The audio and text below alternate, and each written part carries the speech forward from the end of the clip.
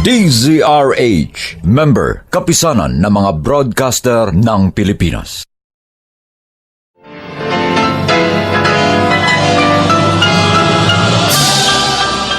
Buong karangalang inihahandog ng DZRH para sa bagong milenyo ang isa pang magandang dula mula sa panulat at direksyon ni Salvador M. Royales. May pangako ang bukas. Baka akala mo hindi ko narinig ang pag-uusap ninyo mag-ina. Isinusuka na ninyo ako. Nanghihinawa na kayo sa akin. Ganito talaga pag matanda na. Pag wala na kaming silbi, gusto ninyo tabunan na kami sa Na sa bawat himaymay ng laman ay muling mabuhay ang dugong nananalaytay sa mga ugat at unti-unting mauusal ang mainspirasyong mga katagang. May pangako ang bukas. May pangako ang bukas. Isa na namang natatanging dulang pangradyo na inyong aabangan at kalulugdan, mag-iiwan ng mga magagandang halimbawa at aral. May pangako ang bukas.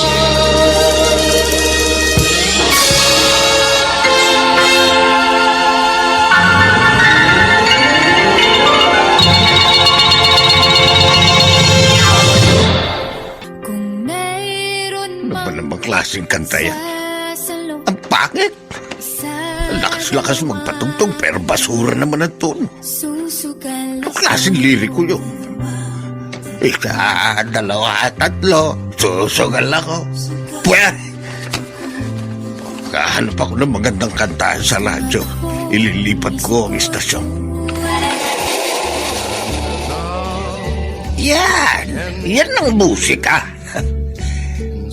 So I face the final curtain, my friend. Ano ba naman? Bakit inilipat yung istasyon ng radyo? Nasa FM kanina, inilagay nyo sa AM? Hoy! Baduy-baduy! Hoy, Nicole! Tumigil ka, ha? Kayong mga kabataan ng badoy. Kung pumili kayo ng musika, wala sa tamang tono. Masakit sa tenga. Sintonado! Lalo naman yung kantang gusto nyo. Kantang pampatay. Anong pampatay? Oy! Klasiko yan! Walang kamatayan! May mensahe liriko. Nagkikwento ang kompositor kung paano niya piniling mabuhay sa paraang alam niya. Hindi katulad ng pinatutugtog niyo. Isa, dalawa, tatlo, susugal ako. Anong klaseng liriko yun? Ay nako, yun ho ang uso ngayon. Pag maganda, gayahin nyo. Pero pag pangit, dapat ibasura. Ibalik niyo sa favorite station ko ang radyo. Huwag mong pakikialaman ang radyong yan. Pag ginalaw mo ang pihitan yan, ibabalibag ko yan sa bintana.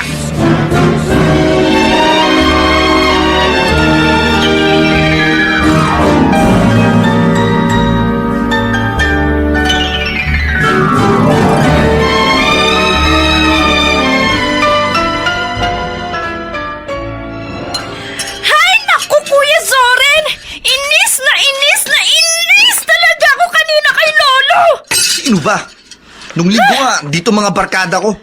Nag-aaral kami ng pagtutugtog ng gitara. Bigla ba naman kaming sinigawan? Maingay daw kami. Kung bakit kasi sa atin pa siya nakapisan. Hoy, Nicole. Soren. Narinig ko ang pag-uusap ninyo. Huwag ganyan, ha? Kasi naman, Mama, nakakainis talaga ang ugali ni Lolo. Intindihin na lamang ninyo. Mahirap intindihin ang isang matandang nagmamaldito, Mama. Mabuti kung maliit na bata siya. 5 or 6 years old. Madali naming maintindihan yun. Pero si Lolo... Nag-uulyanin na ang lolo nyo, Soren. 74 na siya. Ang dami dyan na mas matanda pa kay Lolo. Mababait naman. Hindi tulad ng tatay nyo. Sobrang sungit. Ano ka ba, Nicole? Ang bibig mo, ha? Baka biglang dumating ang lolo ninyo, marinig yan sinasabi mo. Mabuti nga marinig niya eh. Soren! Para malaman niyang naiinis kami sa kanya. Para lumipat na lang siya kay na Tita Patricia. Doon na lang siya tumira. Doon naman siya maghasik ng kanyang kasungitan.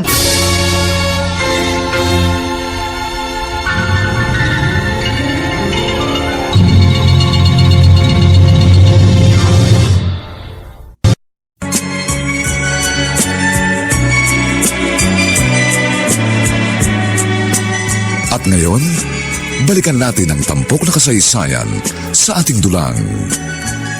May pangako ang bukas.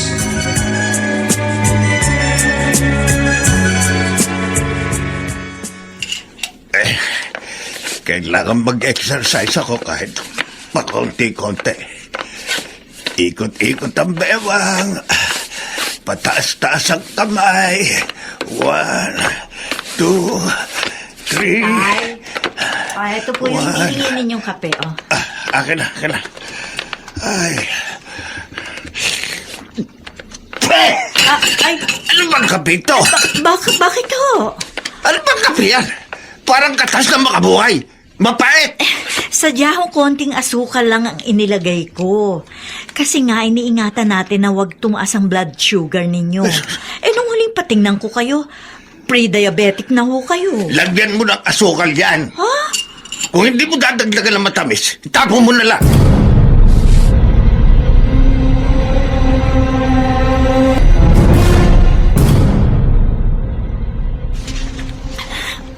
Ate, pwede ba dito na muna sa inyong itay? Eto na naman ba tayo, Mildred? Pinag-usapan na natin to dati, hindi ba? Ikaw na ang bahala mag-aalaga sa tatay natin.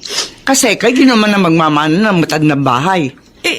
Kung gusto mo, sa'yo na lang ang dating bahay. Hahanap kami ng ibang matitirhan. Bakit ba? Kasi nga ang hirap ng pakisamahan ng itay. Madalas mainit ang ulo. Laging nakaangil. Konting kibot, galit. Tao ka, oo. Pagpasensyahan mo ng tatay. Kung ako lang, kaya kong unawain si itay, Ate Patricia. Kaya kong pagpasensyahan. Pero ang mga anak ko, naiinis na sa ugali ng lolo nila. Madalas nga kasi, wala na siya sa katwiran. Mga anak mo, sabihin mo sa kanila konting pasensya lang. Kasi nga si itay parating nanininghal. Kaya tuloy nawawalan ng amor sa kanya mga apo niya. Kaya nga naisip ko, dito muna siya sa inyo Ay, ang problema nga nag-uopisina ako Oh, sinong titingin kay itay habang nasa trabaho kami mag-asawa? Ang mga anak namin pare-parehong nag-aaral. Sa iyo lang siya talaga pwede. Kasi full-time housewife ka. Nasa bahay ka lang. wala naman sanang problema, ate. Kundi lang bugnutin ng itay. Ganito na lang Habaan mo na lang ang pasensya mo. Tatay natin yan. At sa ating dalawa, ikaw lang talaga ang nasa posisyon para makasama ng ating ama.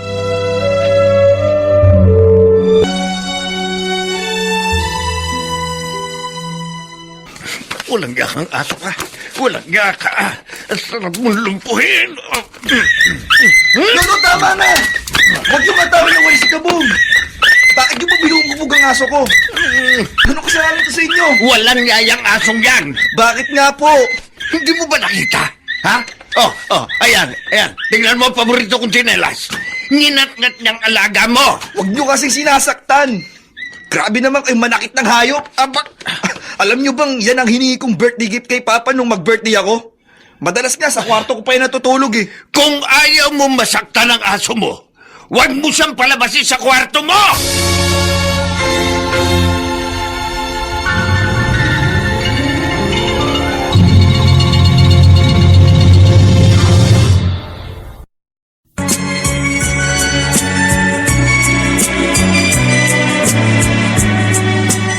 At ngayon, balikan natin ang tampok na kasaysayan sa ating dulang. May pangako ang bukas.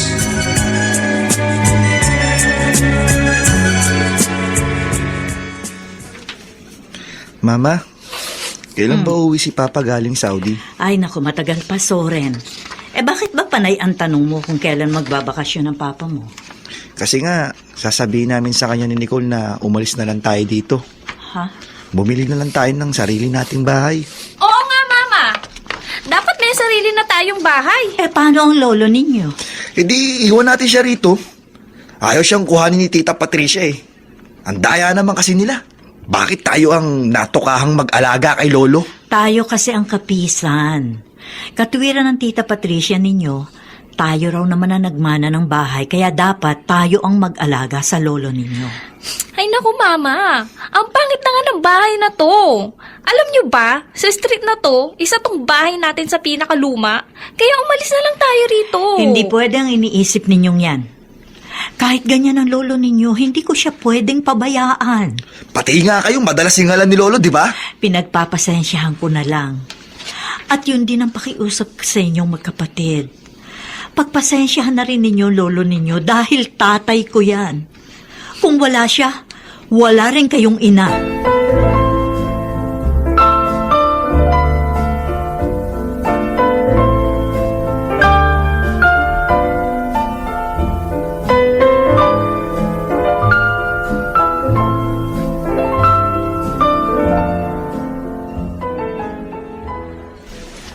Ba't umagang-umaga? Kunot na kunot ang noo mo. Bad trip ka? Buti alam mo. Kanino ka na bad trip?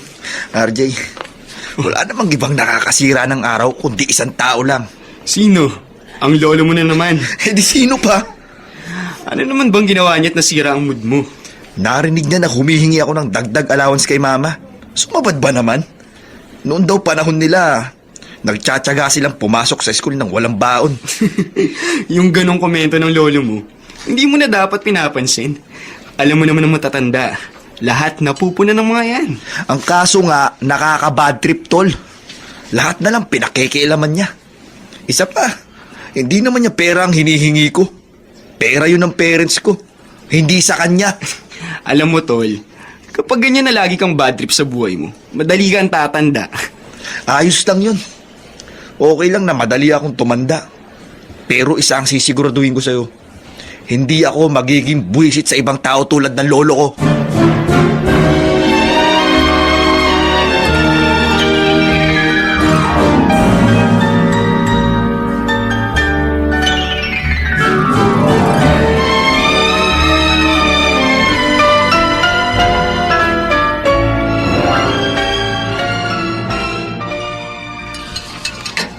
Nicole, hindi ka ba busy, anak?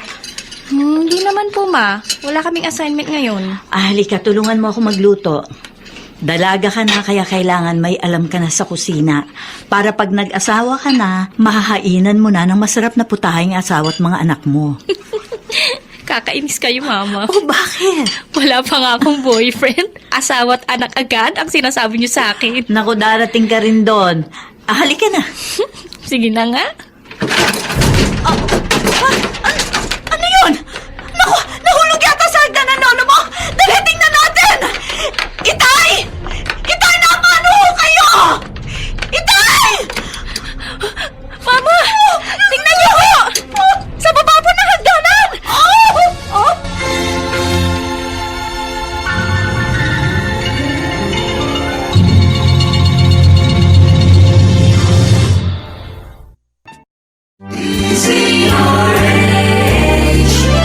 DZRH, member, kapisanan ng mga broadcaster ng Pilipinas.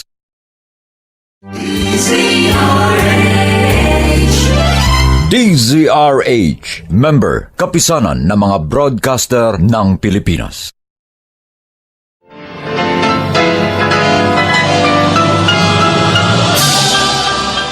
Buong karangalang inihahandog ng DZRH para sa bagong milenyo ang isa pang magandang dula mula sa panulat at direksyon ni Salvador M. Royales. May pangako ang bukas. Baka akala mo hindi ko narinig ang pag-uusap ninyo mag-ina. Isinusuka na ninyo ako. Nanghihinawa na kayo sa akin. Ganito talaga pag matanda na. Pag wala na kaming silbi, Gusto ninyo tabunan na kami sa Na sa bawat himaymay ng laman ay muling mabuhay ang dugong nananalaytay sa mga ugat at unti-unting mauusal ang mainspirasyong mga katagang. May pangako ang bukas. May pangako ang bukas. Isa na namang natatanging dulang pangradyo na inyong aabangan at kalulugdan, mag-iiwan ng mga magagandang halimbawa at aral. May pangako ang bukas.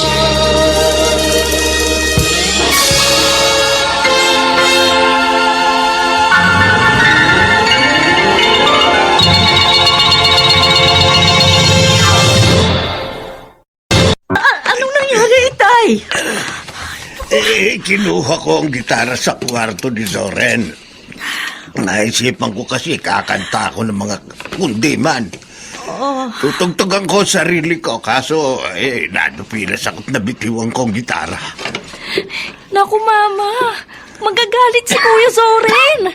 Nabasag ang kanyang gitara. Itay, nasaktan ho ba kayo? Kampi lang. Hindi naman ako tuluyang nahulog eh. Nakakapit ako sa gabay ng hagdan. Pero yan nga, nabitiwan ko ang gitara ng anak mo. Ako na lang ho ang bahalang magpaliwanag kay Soren. Aliw kayo, kumapit ho kayo sa akin. Ay, O dahan-dahan mo. Nanginginig ang mga kamay ninyo Mabuti ho nakahawa kayo kaagad. Wala ho bang masakit sa mga paan ninyo? wala naman. Wala. Kaso nga, Mama, Jack, magagalit si Kuya Zoren. Ang mahal kaya ng bili niya sa gitarang yan. Nicole, narinig mo naman ang sinabi ko, di ba? Ako na ang bahala magpaliwanag sa kuya mo. Mabuti nga, gitara lang ang nahulog mula sa itaas ng hagdanan. Paano kung lolo mo napahamak? Yun ba ang gusto mo?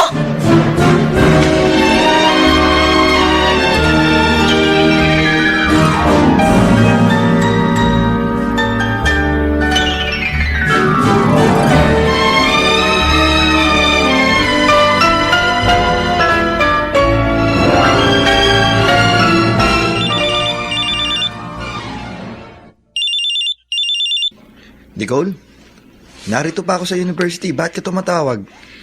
Kuya Zoren, bad news kaya ako tumawag. Anong bad news? Anong ibig mo sabihin? Ang gitara mo, nawasak. Ano? Bakit? Anong nangyari? Pinakialaman ni Lolo. Tapos nabitawan niya habang bumababa sa hagdanan. Ayun, wasak na wasak. Buwisit talaga ang matandang yan. Bakit hindi pa siya ang nahulog sa halip na yung gitara ko? Yun nga rin ang iniisip ko, Kuya. Bakit hindi pa siyang nahulog? Pero alam mo, parang kampi pa sa kanya si Mama. Uuwi agad ako. Makikita sa akin ng matandang yan.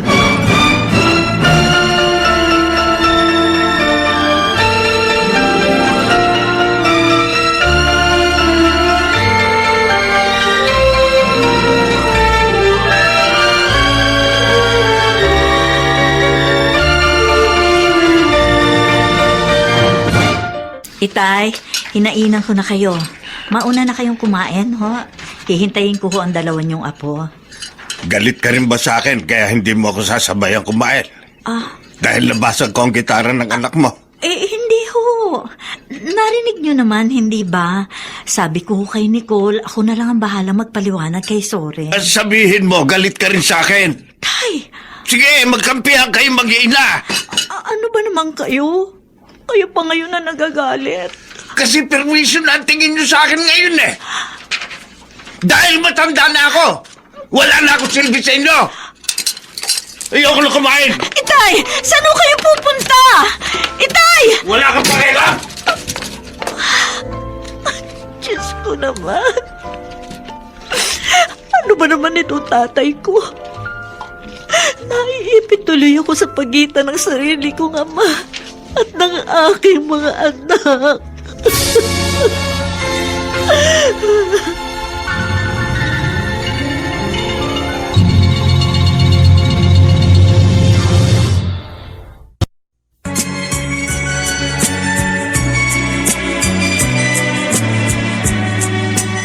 At ngayon, balikan natin ang tampok na kasaysayan sa ating dulang.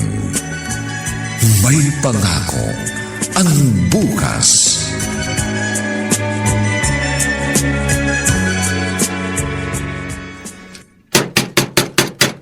Lolo! Lolo! Lumabas kayo dyan sa kwarto nyo! Lolo! Ano ba?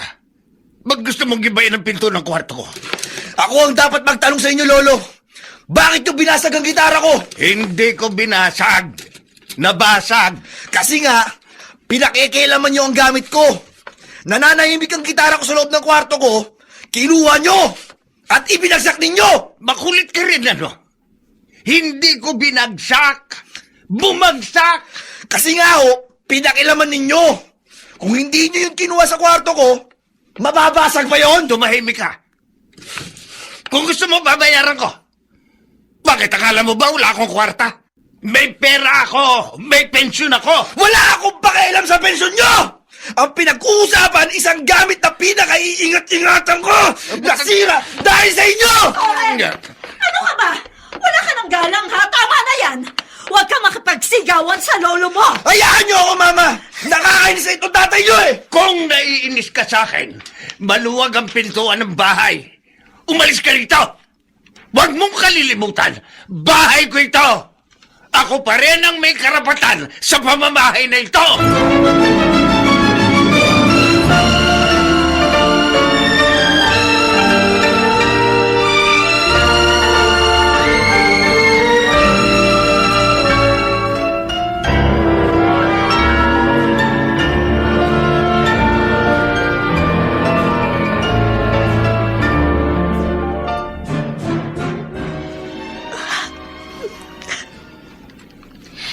Mama, kayo na mismong nakarinig. Pinapalayas na tayo ni Lolo dito sa bahay niya. Kaya may katuwiran na tayo maghanap ng ibang matitirhan. Mangupahan muna tayo ng apartment. Tapos pagdating ni Papa galing Saudi, saka tayo bumili ng sarili nating bahay. Naiisip ko rin yan, Nicole. Pero syempre, umiiral pa rin ang pagiging anak ko. Pabihira kayo, Mama. Pinapalis na nga tayo, di ba? Narinig nyo naman yung sinabi niya kanina. Pinagdidiinan ni Lolo na sa kanya ang bahay na ito. Narinig ko nga yun, anak. Kaya nga, sige na po, Mama. Umalis na tayo rito. Ang sungit-sungit naman niya eh.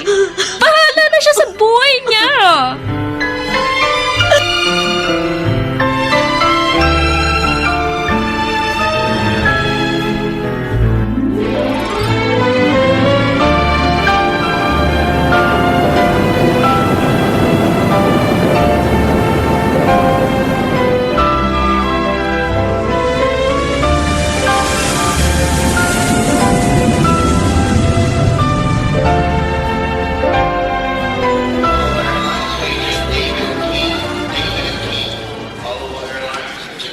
Sadyang hindi ko sinabi kay Mildred na ngayon ang uwi ko. Pati sila Soren at Nicole, masusurpresa sila sa bigla kong pag-uwi. Tataksi na ako. Taxi!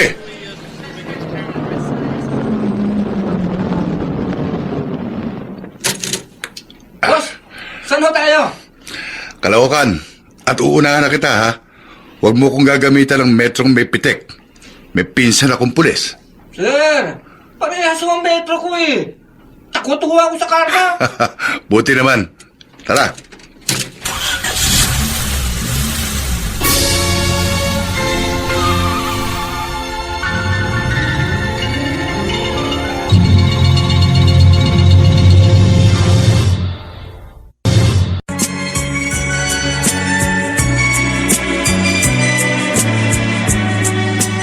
At ngayon, balikan natin ang tampok na kasaysayan sa ating dulang.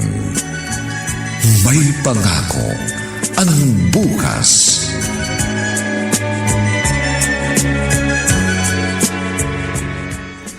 Kakainis ka naman, Reden. Nung isang araw magkausap tayo sa telepono, hindi mo man lang sinabi sa akin na ngayon na pala ang uwi mo. Kasi nga gusto ko kayong surpresahin. Ang mga anak natin. Nasa school pa sila. Pero parating na yon, hapon na eh. Ang itay. Ay nako, problema ko ang itay. Ilang araw nang alis ng alis. Hindi tumatambay dito sa bahay. Bakit? Ano na naman ang naging problema ng tatay mo? Baka naman pinapatulan niyo yung sumpong nung matanda. Nakakapuno rin naman kung minsan. Ay, teka, ipaghahain kita. Jack, gutom ka. O sige, maghain ka. Ang itay, wala pa rito sa bahay, hapon na. Sa edad niyang yun, dapat namomonitor mo ang lahat ng kilos. Oh, ayan na pala itay eh. Tay, magandang hapon po. Mano po? Ay, umuwi ka na pala galing Saudi na dito. Kanina ka pa ba? Mag-iisang oras na rin po. Kumusta ho kayo? Eto, ayos lang. Sige, tako'y magpapahinga sa kwarto ko.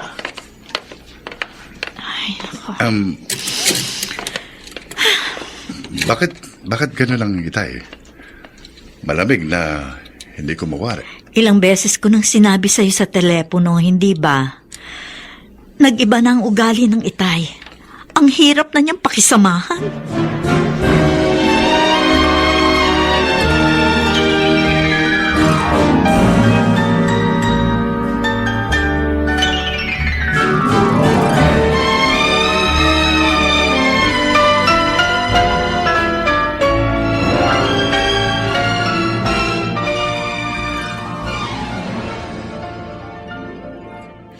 Ngayon dumating na ang manugang ko.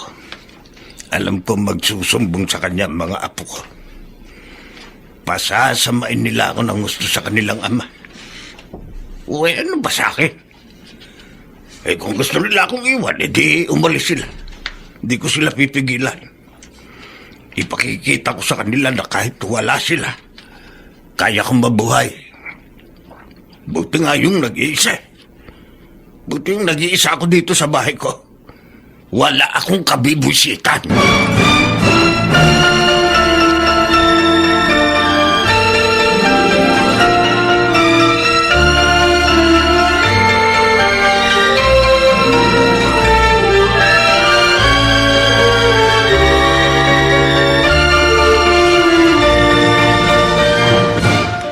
Pa, inip na po talaga kami sa pag-uwi niyo.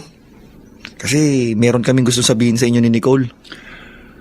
Tungkol ba sa pag-aaral ninyo ang sasabihin niyong magkapatid, Soren? Hindi po. Tungkol saan? Tungkol po sa pagkakaroon ng sarili nating bahay. Diba, kaya naman natin bumili ng sariling bahay. Kahit townhouse lang, Papa. Sige na po. Kahit po sa labas ng Maynila tayo makahanap para medyo mura. Bakit? Anong problema dito sa bahay ng lolo mo? Kuwan po kasi, mahirap yung nakikipisan lang tayo. Kung may sarili po tayong bahay, wala tayong pakikisamahan. Sabihin mo nga sa akin ang diretso, Soren. Ang dahilan. At gusto mong lumipat tayo ng bahay. Prangkahin mo ko. Dahil ba sa lolo mo?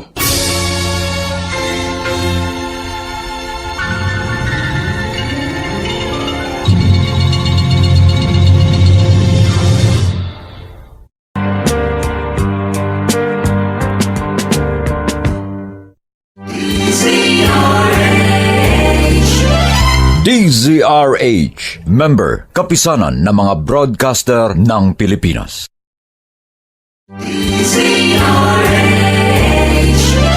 DZRH, member, kapisanan ng mga broadcaster ng Pilipinas.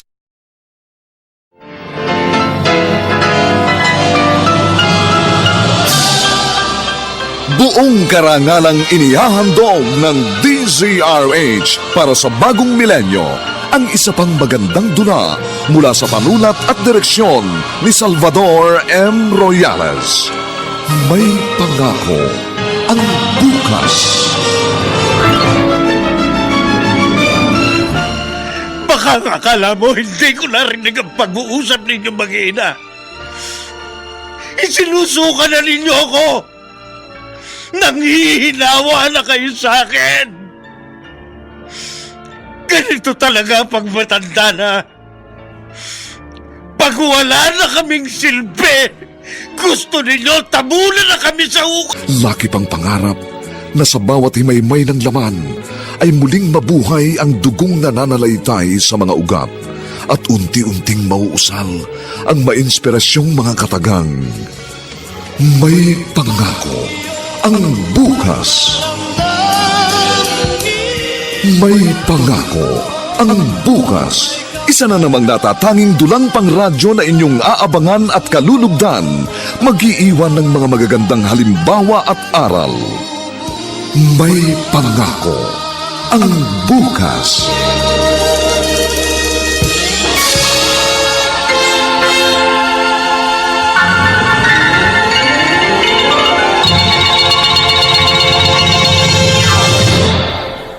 Pumayag na po kayo bumili tayo ng sarili nating bahay.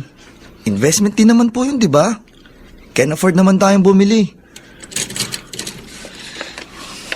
Ano po, Papa? Oy, God bless, anak. God bless. Tiga, maupo ka. Tama-tama dating mo. May importanteng bagay kaming pinag-uusapan ng kuya mo. Si Mama? Wala ang mama mo na grocery. Ang lolo nyo naman, kanina pa rin umalis ng bahay. Kaya makapag-uusap tayong tatlo ng masinsinan. Ngayon, ano bang problema nyo sa lolo nyo? Sinabi ko naman po sa inyo, Papa, di ba? Madalas wala sa lugar si Lolo. Madalas mainit ang ulo, laging nanininghal. Oo nga po, Papa. Pati nga si Mama madalas ding singhala ni Lolo. Kaya madalas nakikita namin ni Kuya si Mama, tahimik na lang siyang napapaiyak. Kaya pumayag na po kayo, Papa. Bumili na tayo ng sarili nating bahay. Umalis na tayo rito. Oo. Totoo ang sinabi nyo. Sa savings namin ng mama nyo, kaya na nating bumili o magpagawa ng sarili nating bahay. Pero yung paglipat, yung pag-alis natin dito, hindi basta-basta yun. Ano pong ibig niyo sabihin? Meron muna akong itatanong sa inyong magkapatid. At depende sa magiging sagot ninyo kung pagbibigyan ko ba ang inyong kahilingan. Ano pong itatanong ninyo? Halimbawang, ulyanin na rin ako. Ganyan din ba ang ituturo ninyong pagtrato sa akin? Sa inyong magiging mga anak?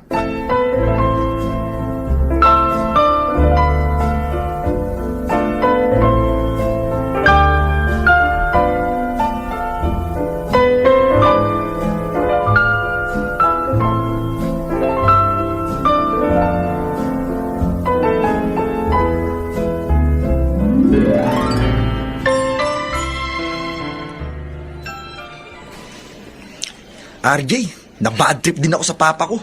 Sobra ka naman. 2 years din yung hindi nakasama ang papa mo. Tapos, pag nagbakasyon siya dito sa Pilipinas, kinababad tripan mo pa. Kasi nga, gusto namin ng kapatid ko na bumili na kami ng sariling bahay namin. Para makalayo na kami sa lolo namin bad trip din. Biruin mo, dinaan pa sa drama ang pagsasabing ayaw niya bumili ng bagong bahay. Sure ka ba? Kaya ng budget ng parents mo ang bagong bahay. Oo naman. Mining engineer si Papa. Maganda ang trabaho niya sa oil company sa Saudi. Saka, nakikita ko ang bank book nila ni Mama. Kaya alam ko can afford kami bumili ng sarili naming bahay. Kaso nga, ayaw niya. Alam mo, Tol, naiintindihan ko ang airpods mo. Ikaw nagiging KJ ka na rin eh. Hindi sa KJ. Instead na kaasaran mo ang lolo mo, dapat inuunawa mo siya. Matanda na kasi yun. At ang matatanda, marami na silang insecurity sa buhay.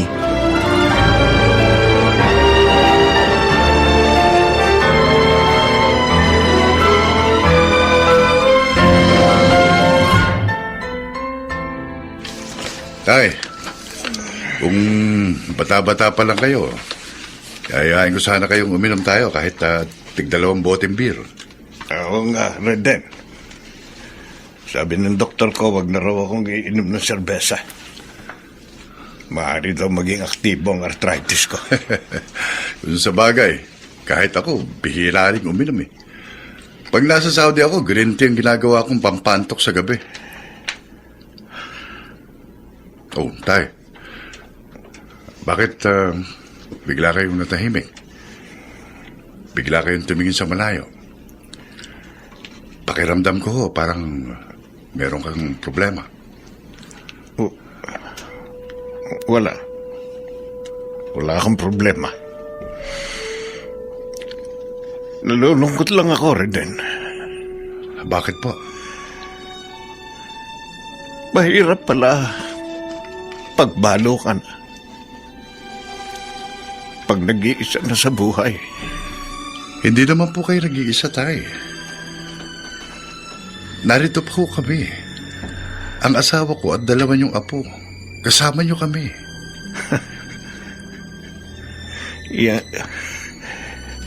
Yang asawa mo,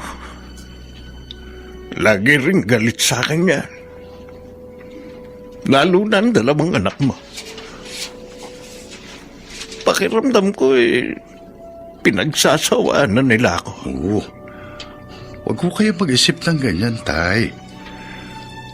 Mahal ko kayo ng mga apo ninyo, lalo ng asawa ko. Anong mahal? Reden, nasa malayo ka kaya hindi mo nakikita ang galaw nila. Pakiramdam ko, gusto na nila akong mawala. Para wala na silang iniintinding matanda.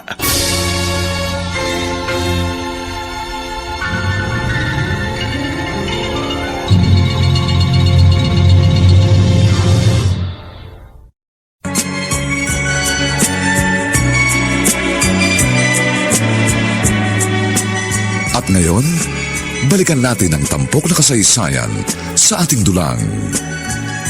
May pangako ang bukas.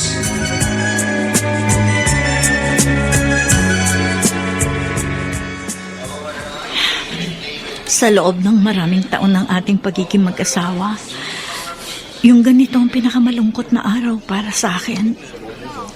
Yung ganito na ihahatid kita dito sa airport. Ilang taon na lang, Mildred. Pag nakatapos si Zoran at Nicole, pipirme na ako dito sa Pilipinas. Matagal pa yun. Napakabilis ng panahon. Isa pa, sa pagtatrabaho ko sa Saudi, gumanda ang buhay natin. Mining engineer ka. May mga minahan naman dito sa Pilipinas, hindi Oo. ba? Pero karamihan sa minahan dito sa atin, ando sa Mindanao. Kung doon ako magtatrabaho, doon din ako pipirme. Delikado pa. Alam mo naman sa Mindanao, madalas may gulo. At saka, hindi ako makakakuha rito ng sweldong sinlaki ng sinusweldo ko sa Saudi. Bahala ka na nga. O, tawagan mo agad ako pagdating mo sa Jeddah, ha? Oo. Yun naman talagang lagi ginagawa ko eh. Uy, siya nga pala. Huwag kang masyadong nagpapa-stress kay Itay, ha?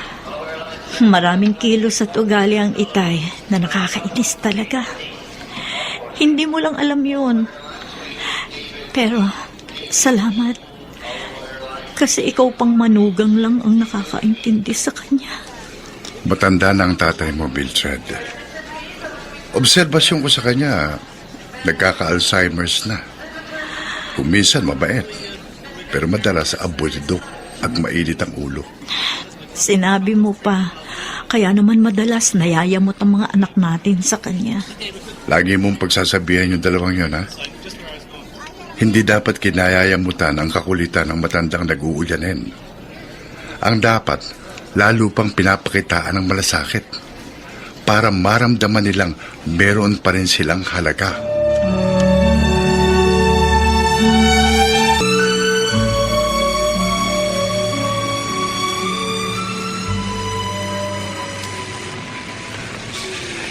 Nagugutom na ako. Pero ayokong umuwi. Mabibwisit lang ako pag andun ako sa bahay dahil sa mga apo kong salbahe. Mabuti pa sa karinderya na lang ako kakain. Mabuti pa dito sa karinderya, masasarap ang ulam. Sa bahay namin parang pinanghihinayangan ni Mildred ang ipinapakain sa akin. Dito sa karinderya, nakakain ko kung anong gusto ko. Bahala sila sa buhay nila. Mamayang gabi na lang ako uuwi.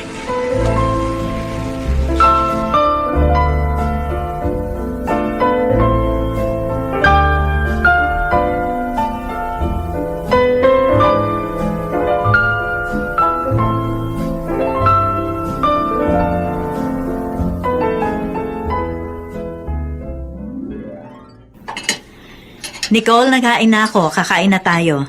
Oh, tinawag mo na ba lolo mo? Wala si Lolo sa kanyang kwarto, Mama. Ha? Saan na naman kaya nagpunta ang matandang yun? Oras ang pagkain, saka pa umaalis ang bahay. Ipagtira niyo na lang si Lolo ng pagkain. Uuwi rin po yun. Mama, nakita ko si Lolo. Ha? Ando sa may labasan. O ay, anong ginagawa niya doon? Wala lang. Palakad-lakad lang. Para nga pong galing siya sa karinderya dun sa kanto eh. Baka kumain na sa karinderya si Lolo, Mama. Kaya hayaan niyo na lang siya. Ay, nako, ang lolo ninyo, oo. Tatay ko yan, pero ang hirap talagang alagaan. Hindi ko naman siya pwedeng laging sundan. Busy naman ako dito sa bahay. Hayaan nyo na lang siya, Mama. Ay, Mama, sa birthday ko, mag-i-invite ako ng mga friends ko, ha? 19 na ako. Kahit konting handa lang, basta dito lang kami sa bahay. Magbabanding kami rito. O sige, ikaw ang bahala. Ay, naku, Mama. Oh, Baka kasama sa mga iimbita ng Nicole na yan ang boyfriend niya. Uy, mahiya ka, kuya, ha? Wala pa akong boyfriend. Sus! Sino yung laging sunod ng sunod sa yung lalaki sa school? Kaibigan ko lang oh yun, siya, no? siya, tama na yan. Baka magkapikunan pa kayo. Maghahanda ako ng konti. At kung halimbawang kulangin tayo sa pagkain, magpa-deliver na lang tayo ng pizza. O kahit na saang fast food dyan. Pero magkakaroon ka ng problema, Nicole. Anong problema? Si Lolo. Ipagdasal mong huwag siyang tupakin. Dahil pag sinumpong ang matandang yun, tiyak gagawa na naman yun ng eksena.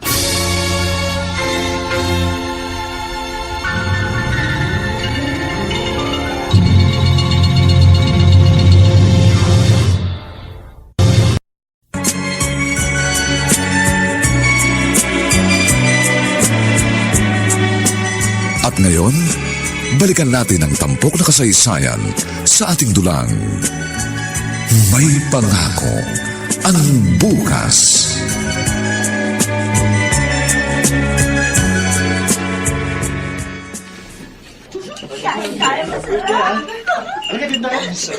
Ay, Kuya Zoren, halika rito. Ipapakilala kita sa mga kaibigan ko. Hi, Kuya! Hello, enjoy lang kayo ah.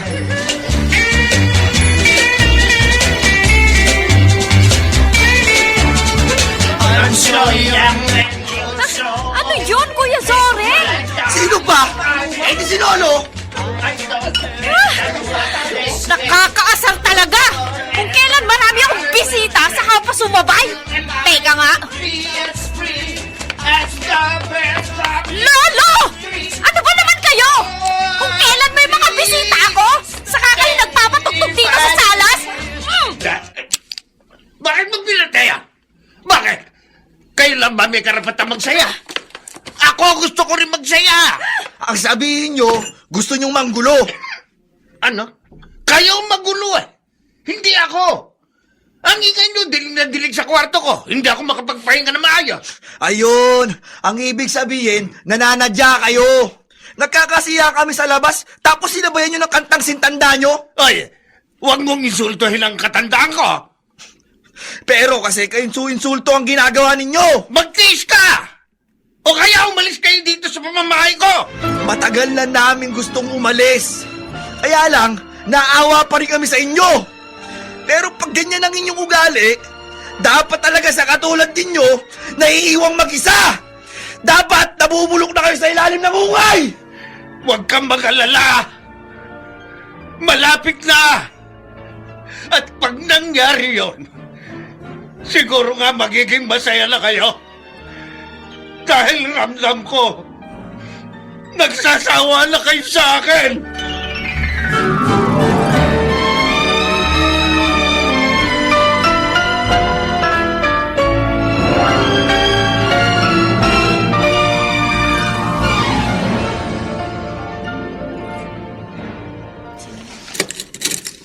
Itay, pumasok na ho sa school ang mga bata. Lumabas na ho kayo sa kusina. Sabay na tayo mag-almusal. Wala akong ganang kumain. Hindi ako nagugutom. Gusto ba ninyo? Dalhan ko kayo ng pagkain dito sa kwarto nyo? Sinabi ko na, di ba? Hindi ako nagugutom. Ikaw na lang kumain. Itay, kung galito kayo sa mga anak ko, Huwag naman ho sana ninyo ako idamay. Bakit hindi kita idadamay? Kakampi ka ng mga anak mo eh. Di ba? Di ba? Baka akala mo hindi ko narinig ang pag-uusap ninyong mag-ina. Isinusuka na ninyo ako. Nangihinawa na kayo sa akin. Tay, Ganito talaga pag matanda na. Pag wala na kaming silbi. Gusto ninyo, tabunan na kami sa hukay.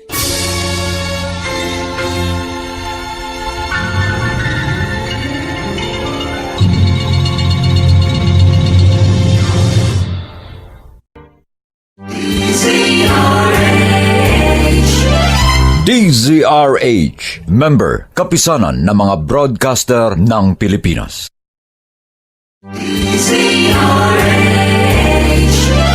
DZRH, member, kapisanan ng mga broadcaster ng Pilipinas.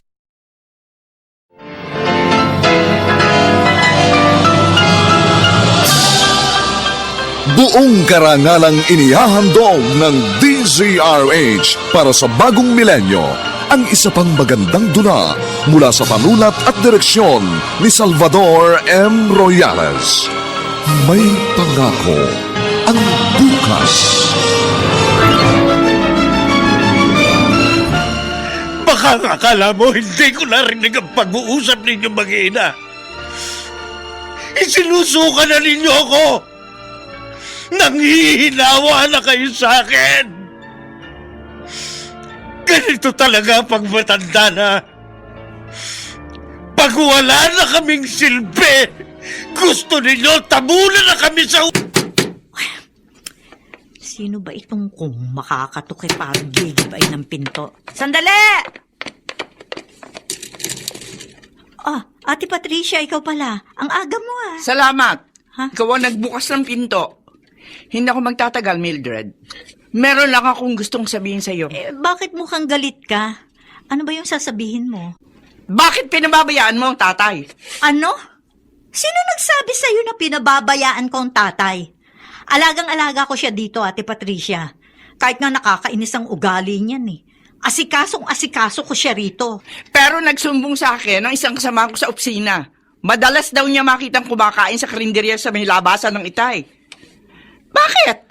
Hindi mo ba siya napapakain na maayos dito sa bahay niyo? Magdahan-dahan ka naman sa pagsasalita. Sagana siya sa pagkain dito. Halimbawang hindi namin siya nakakasabay, ipinagtitira ko siya para siguradong meron siyang kakainin pag uwi niya dito sa bahay. Bakit ganun ang sumbong sa akin? Ewan ko sa taong nagsumbong sa'yo. Kung gusto mo, halika sa kusina. Tingnan mo, ang dami kong niluto. At tingnan mo rin, may sariling adult milk ang tatay. Ano napapabayaan ang sinasabi mo dyan? Pasensya ka na. Pero nagtataka talaga ako, Mildred. Bakit nakukuha pang kumain ni Itay sa karinderya?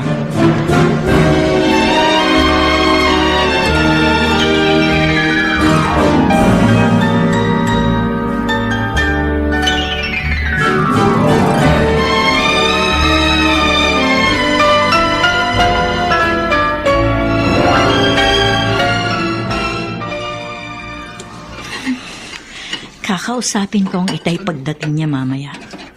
Bakit siya kumakain sa karinderya? Lagi namang maraming pagkain dito sa bahay. Ay, ayan na ata siya. Narinig ko bumukas na ang pinto. Kailangan ko binom ng tubig. Itay, mabuti ho dumating na kayo. Galing ho dito si Ate Patricia. Uy, ano sa akin kung galing dito kapatid mo? Kasi ho nagagalit ho siya sa akin. Bakit ko raw kayo hinahayaang kumain sa karinderya? Sabi ko naman ho, hindi ko alam na kumakain kayo sa labas eh. Bakit nga ho ba nagpupunta pa kayo sa karinderya? Ang dami naman nating pagkain dito. Mabigat ang dugo sa akin ng mga anak mo. Iniisip siguro nila, pabigat ako sa inyo. Itay, wala hong nag-iisip ng ganyan sa inyo sa dalawang anak ko. Huwag mo na silang pagtakpan. Malinaw ang sinabi sa akin ng panganay mo. Dapat daw nabubulok na ako sa ilalim ng hukay. Hindi nyo lang ako maiwan. Pero gusto nyo, mamatay na ako. Hindi ho totoo yan. Ano ba naman kayo, Itay? Sinabi na, hindi ba? Salitang galit lang ho yun. Pinagsabihan ko na nga ho sila eh. Ang nasabi na, hindi na mababawi pa. Isa pa, hindi yung lalabas sa bibig ng anak mo kung hindi totoo sa loob na. Kaya sinabi ko nga sa kanya, huwag siyang mag-alala dahil malapit na akong mamatay. Itay naman. Sa totoo lang, gusto ko na naman talaga mamatay. Gusto ko na sumunod sa iyong ina.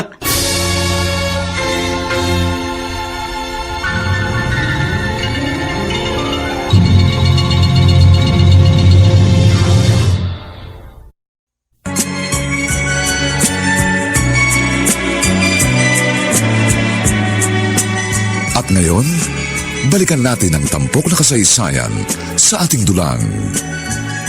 May pangako ang bukas.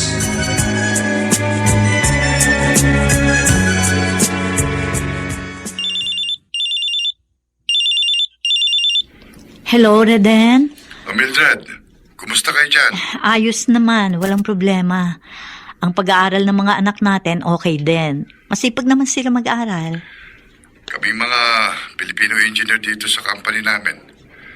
Medyo may problema kami. Ha? Bakit? Anong problema ninyo?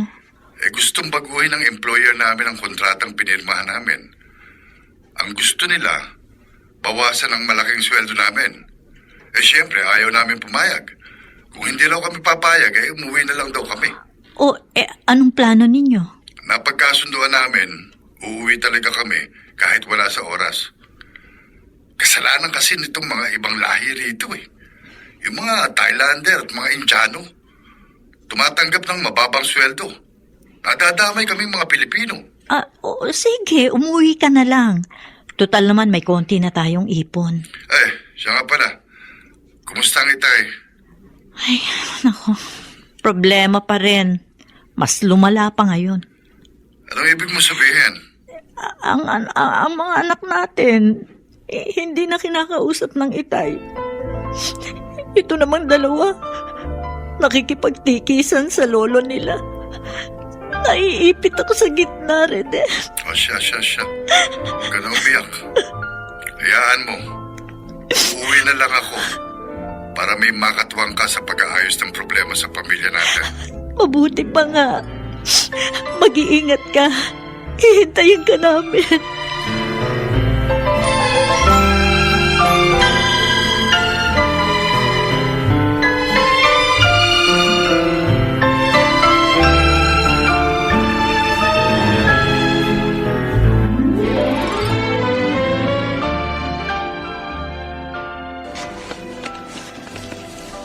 Kuya Zoren, narito ka na pala. Wala ang isang prof namin kaya maaga akong umuwi. Ikaw, kanina ka pa din ba dito sa bahay? Magkasunod lang tayo. Ay, siya nga pala kuya, yung high school classmate ko, yung kapitbahay natin dyan sa tapat. Kilala ko yun. Anong tungkol sa kanya? Magdidibo siya, humihingi ng pabor. Baka raw naman pwede tayong dalawa na makasali sa kotilyon.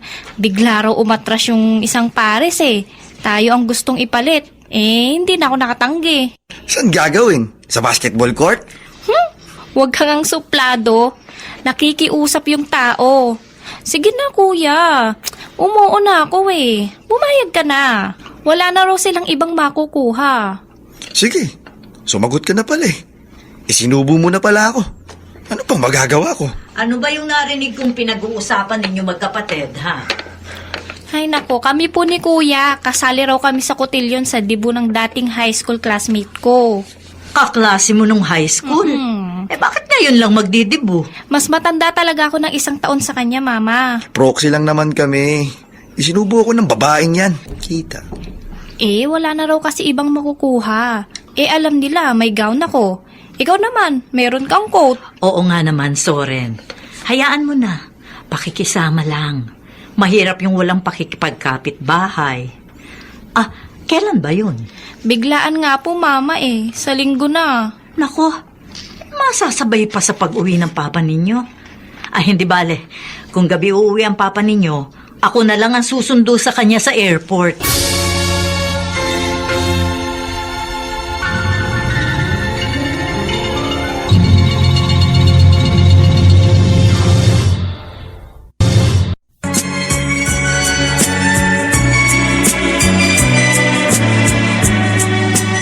At ngayon, balikan natin ang tampok na kasaysayan sa ating dulang. May pangako ang bukas.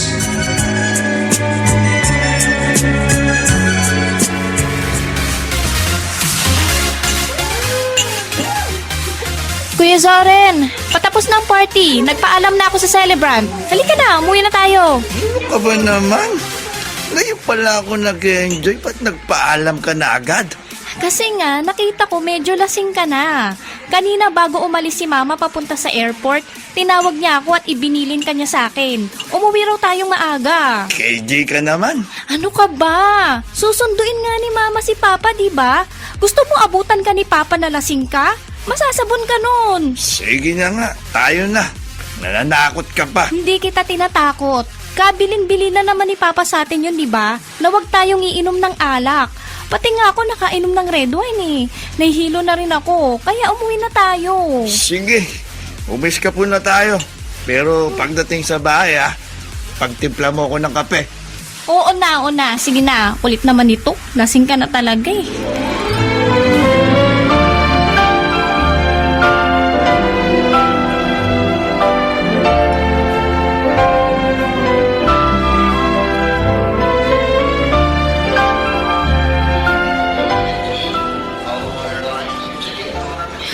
Kakainis naman. Sabi nung isang airport personnel, madidelay daw ang flight galing Jeddah. Nagkaroon daw ng technical problem. Aga-aga ko pa naman pumunta dito sa airport para sunduin ang asawa ko. Paano ba to? Mapapanis ako sa paghihintay dito. Anong oras kaya darating ang eroplanong sinakyan ni Reden?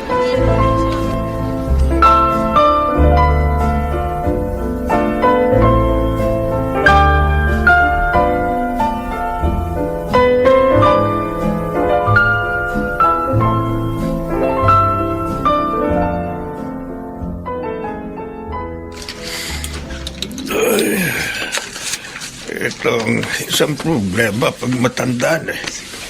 Ihi ng ihi. Ba, teka. Yun. Pinaamoy ako. Parang nasusunog. Sa ganitong oras ba ng gabi may nagsusunog ng basura sa aming mga kapitbahay? Naka, aba, larito sa loob ng bahay namin ang usok. Makapal na usok. Larito sa bahay namin na sunog. Oo nga, nasusunog ang bahay namin. Mildred! Mildred! Nasaan kayo? Boses yun ang apo kong si Nicole. Nicole! Nicole!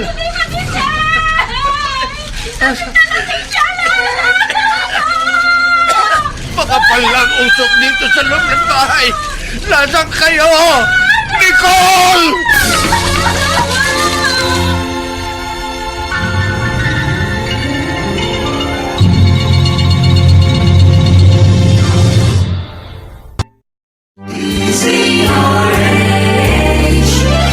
DZRH, member, kapisanan ng mga broadcaster ng Pilipinas.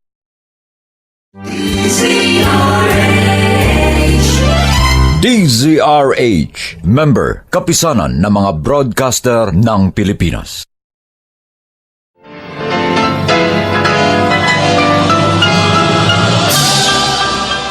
Buong karangalang inihahandog ng DZRH para sa bagong milenyo ang isa pang magandang dula mula sa panulat at direksyon ni Salvador M. Royales. May pangako ang bukas. Baka akala mo hindi ko narinig ang pag-uusap ninyo mag-ina. Isinusuka na ninyo ako. Nanghihinawa na kayo sa akin. Ganito talaga pag matanda na. Pag wala na kaming silbi, gusto ninyo tabunan na kami sa Na sa bawat himaymay ng laman ay muling mabuhay ang dugong nananalaytay sa mga ugat at unti-unting mauusal ang mainspirasyong mga katagang. May pangako ang bukas. May pangako ang bukas. Isa na namang natatanging dulang pangradyo na inyong aabangan at kalulugdan, mag-iiwan ng mga magagandang halimbawa at aral. May pangako ang bukas.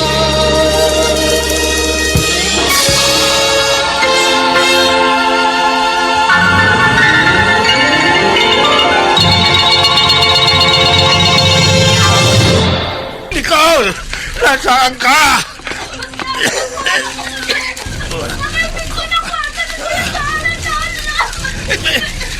Andiyan na ako! Huwag kang matakot! Nariyan na ako! Ito na ako.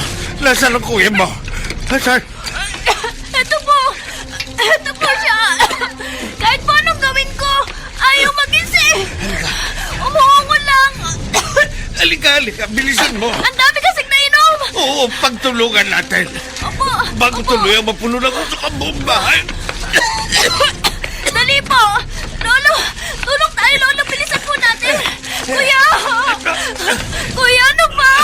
Gumising ka. Andito na tayo sa may pinto. Makakalabas na tayo. Kunti na lang. Kunti pa, Lolo. Bubuksan ko ang pinto. Mauna ka. Hilahin mo sa paa. Itutulak ko naman dito sa may ulo. Sige pa. Kaya malapit na tayo makalaman. Nalalayan dito sa ulo mo. Bago bumagsak ang ulo ng kuya mo.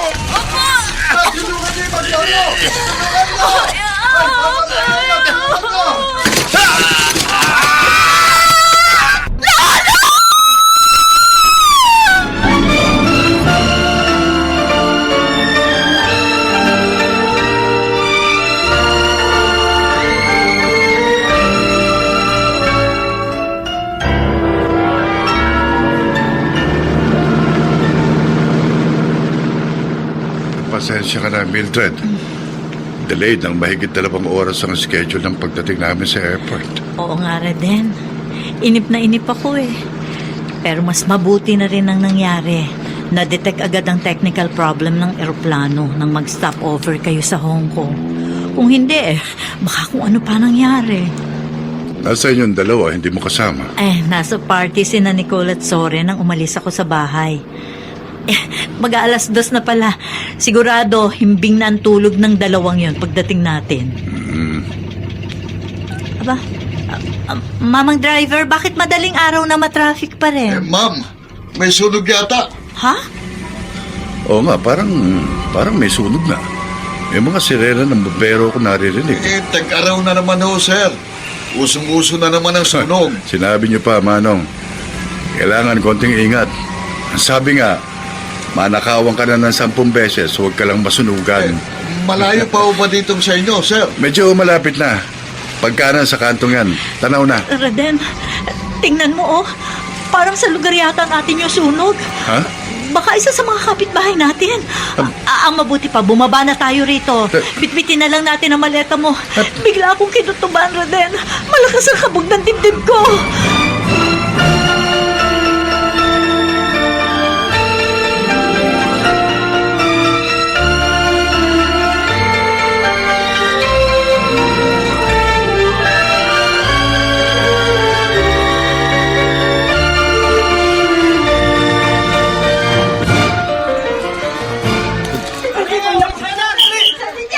Mama Bumbero! Yung kabilang bahay ho, bombay nyo na ng tubig bago pa madamay! Sandali lang po. Bakit po? Bakit nagasunog? Naku, Mildred! Naku! Diyos ko! Ang bahay nyo, laga na ng liyan! Ang mga anak ko! Mildred, Ano nangyari sa mga anak ko? Hindi na mga anak natin nasa loob! Pati si Itay! Sorry! Nicole!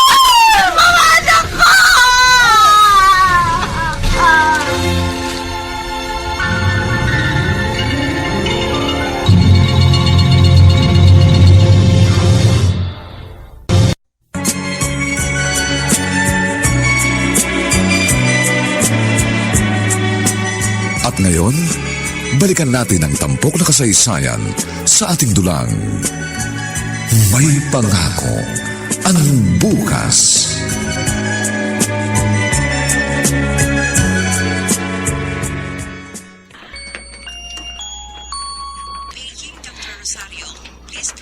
Papa, Mama, Salamat, ligtas kayo, Nicole. Isang kapitbahay natin na nagsabi sa amin, nakalabas daw kayo bago tuluyang natupok ang bahay natin. ligtas nga po kami. Pero si Lolo... Si Lolo po, Mama. Nicole, Nabagsakan siya na nagbabagang kahoy. Diyos ko. Malapit na nga kaming makalabas sa may pintuan. Nang biglang bumagsak ang isang nagliliyab na kahoy.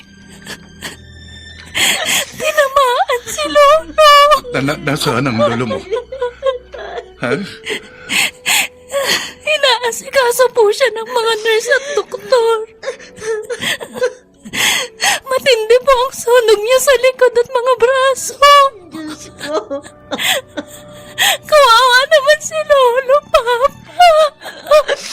Anak, totoo bang ang lolo ninyong nagligtas sa inyo ng kuya mo? Opo. Kasi bagsak po si Kuya sa kalasingan. Naparami ang nainom niya sa party. Nasaan ang kuya mo ngayon, Nicole? Nasa emergency room rin po. Marami rin siyang paso sa katawan. Kasi hinila lang namin siya. Iyak din po siya ng iyak nang malaman niyang si Lolo ang sumaklolo sa amin. Tayo na. Dali. Gusto ko makita ang lolo ng kapatid mo.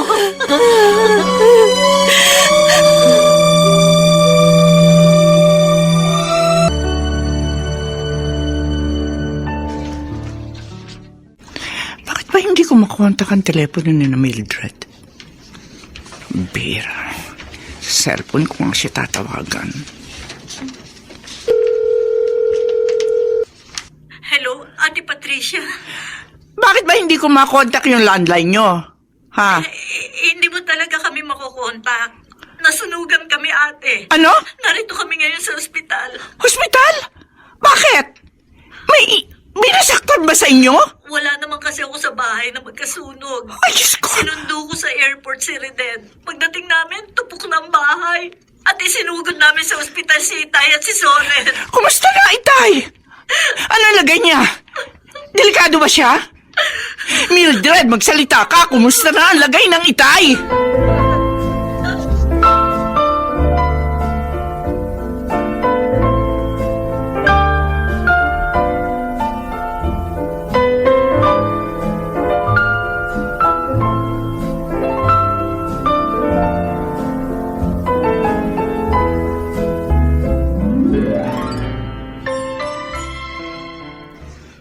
Zorin, ba't hindi mo ko tinext na nasunugan pala kayo? Kung di pa ako pumunta sa lugar nyo, hindi ko malalaman. Pati cellphone ko. Hindi ko na nalaman kung saan napunta, RJ. Buti, yun lang mga sugat na inabot mo. Kung hindi ako sinakluluan ng lolo ko, kasama sana akong natupok ng bahay namin, tol. Ang lolo mo nagligtas sa'yo? Oo. Bagsak kasi ako sa kalasingan. Umatid kami ng kapatid ko sa party. Kahit anong gawin nila, hindi ako magising. Halo-halo na kasi ang ininom ko. May hard, may beer, may imported. Nasobrahan ako. Biruin mo. Ang lolong kinaiinisan ko. Siya pang nagligtas sa buhay ko. Sinabi ko naman sa'yo makulit lang ang lolo mo. Kasi nga, matanda na. Pero tulad ng lagi kong sinasabi sa'yo noon pa, walang lolo na hindi nagmamahal sa kanyang apo. At ngayon, napatunayan mong totoo ang sinabi ko.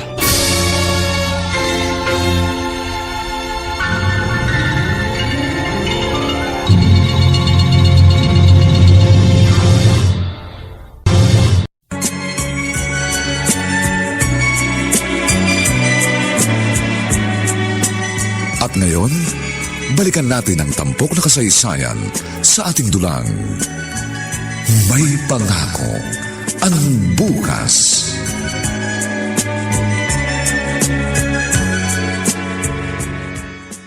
Mildred! Ate, Ano, kumusta, Itay? Gusto ko siya makita. medyo maayos na lagay ng Itay, Ate Patricia. Pero nakadapa siyang matulog. Ha? Bakit? 3rd-degree burn ang mga paso niya sa likod. Nilinis yun ng doktor at tinanggal ang mga balat at laman na na-damage. Naka-IV siya. Doon na rin idinadaan ng kanya antibiotic. Ano ba nangyari? Bakit nagkasunog? Kasalanan ko po, tita. Anong kasalanan mo? Kasi nga po nalasing si Kuya Soren. Oh. Nanghihingi siya sa akin ng kape. So nag-init ako ng tubig. Nakatulugan ko na siyang naging sanhi ng sunog. Sabi ko nga, buti na lang at nagising ang lolo nila. Kung hindi, 3 sana silang kasamang naabo. Kasama ng bahay namin.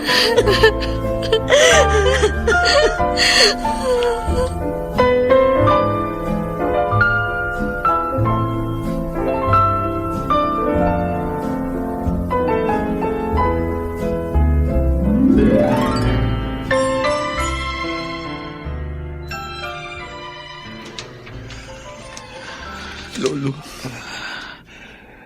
muntik nang natupad ang kahilingan mo. Dapat nabubulok na ako sa ilalim ng hukay. Lolo, patawarin niyo po ako sa mga nasabi ko sa inyo. Sorry po talaga. Pinagsisisihan ko po na sinabi ko yun. Kayong mga kabataan, wala kayong respeto sa matatanda. Kaya nagagalit ako sa inyo. Kasi dinadaan-daanan niyo lang ako. Para kayong walang nakikita. Nakapagdaramdam yun sa mga katulad ko.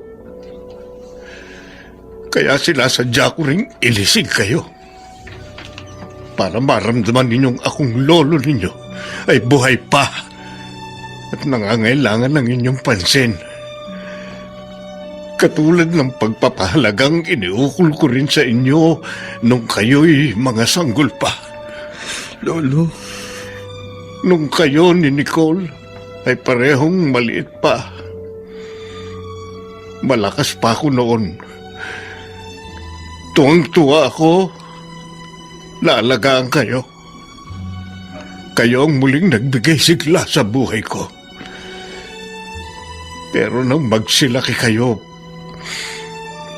parang baliwala na ako sa inyo. At lihim ako nasasaktan. Lolo, sorry po. Naging insensitive po kami sa damdamin nyo. Naging selfish po kami ni Nicole. Wala na ang bahay na ipinundar ko. Sabi ng papa mo, magpapagawa siya ng bago. Kami naman ng tita Patricia mo, nag-usap na kami. Paglabas ko dito sa ospital, sa kanya na ako titira. Lolo, wag po. Ang gusto ko po doon pa rin kayo sa amin. Gusto ko po kasama pa rin namin kayo. Kung iiwan nyo kami, paano pa kami babawi ni Nicole sa inyo? Paano pa namin masusuklian ang ginawa ninyong pagliligtas sa amin? Hindi nyo na ba kaiinisan ang pagpapansin ng isang matandang katulad ko? Hindi na po, Lolo. Alam na po namin ang aming obligasyon bilang apo. Kaya huwag kayong aalis sa pamilya namin. Nakikiusap po ako. Ngayon pong natauhan na kami ni Nicole, sama-sama po tayong tatanaw sa masayang pangako ng bukas.